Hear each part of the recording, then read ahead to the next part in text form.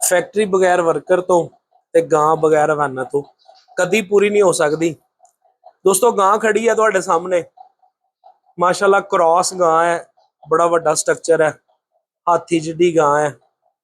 ते कल सूई है गां, इस गां नूं ना रेस्ट नहीं मिली एक दिन भी।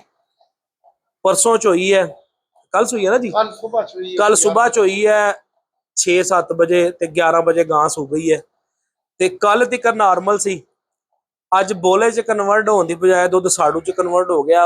फार्मर नूं अक्सर पैगाम दईदा है कि अपने जानवर ते जिहड़ा ना वो कोशिश करो हवाने का खासकर ख्याल रखो, थना का खासकर ख्याल रखो, थना के उत्ते डिपिंग वाला सीन रखो। यह जिहड़ा मौसम है सौन भादरों का, इस मौसम च जाके जानवरों की साड़ू की रेशो आम मतलब आम मौसम नालों ज्यादा हो जाती है। उसकी वजह यह होंगी कि जानवर की इम्यूनिटी डिग जाती है, थना च बोझ लोड होंदा है, नमी होंदी है, उसकी वजह ना सेक जिहा बनता है, तां भी साड़ू बन जाता। थन के सुम के राही बैक्टीरिया अंदर चला जाए तां भी साड़ू बन जाता है। नहाने तुहानूं बई मारे देख सकते हो तुसीं कि थन के अंदर जिहड़ा ना वो डायरैक्ट फुटकियां ते छिड्डियां यह चीज़ां आ रही ने।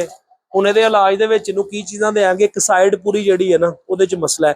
इलाज च इहनूं की चीज़ां देंगे, इलाज दे विच इहदी खुराक दे विच शामिल करांगे कुछ ऐसी एंटीबायोटिक असीं जिहड़ी असीं मूँह दे राहीं भी देवांगे, ते कुछ ऐसी एंटीबायोटिक होएगी जिहड़ी इहनूं असीं गोशत दे अंदर भी लावांगे, जिहदे च बेस्ट फार्मूला जिहड़ा ना वो मिर्चां वाला नहीं है क्योंकि ताज़ी सूई है गां। पर दोस्तों इहदी खुराक दे अंदर हुण जिहड़ी असीं इहनूं एंटीबायोटिक देनी है, जिहड़ी नैचुरल एंटीबायोटिक है, वो मसाला है। मसाले दे अंदर असीं इहनूं काली मिर्च 150 ग्राम काली जीरी, इनू कुट के कुंडी च इनू 2.5 किलो पानी च पकन वास्ते रखांगे। ਜਦੋਂ पक के रह जाएगा ਅੱਧਾ किलो पानी, ਉਹਦੇ ਚ 1.5 ਪਾਓ ਅਸੀਂ ਦੇਸੀ ਘੀ ਪਾ ਕੇ ਤੇ ਗਾਂ ਨੂੰ ਦੇ ਦੇਵਾਂਗੇ।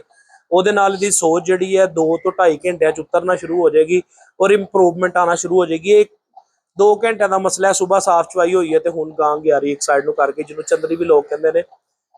ਇਹ ਬੇਸਿਕਲੀ ਗੰਦਗੀ ਤੋਂ ਪੈਦਾ ਹੁੰਦੀ ਹੈ ਤੇ ਨਾਲ ਅਸੀਂ ਐਂਟੀਬਾਇਓਟਿਕ ਦੇ ਅੰਦਰ ਇਹਦੇ ਗੋਸ਼ਤ ਦੇ ਦੇਾਂਗੇ ਕੋਈ ਅਮੋਕਸੀਸਿਲਿਨ ਤੇ ਨਾਲ ਇਹਨੂੰ पेन किलर भी देंगे क्योंकि अंगियारी चंदरी दे विच अमूमन जानवर नूं बुखार भी 104, 5, 6 तक चला जाता है।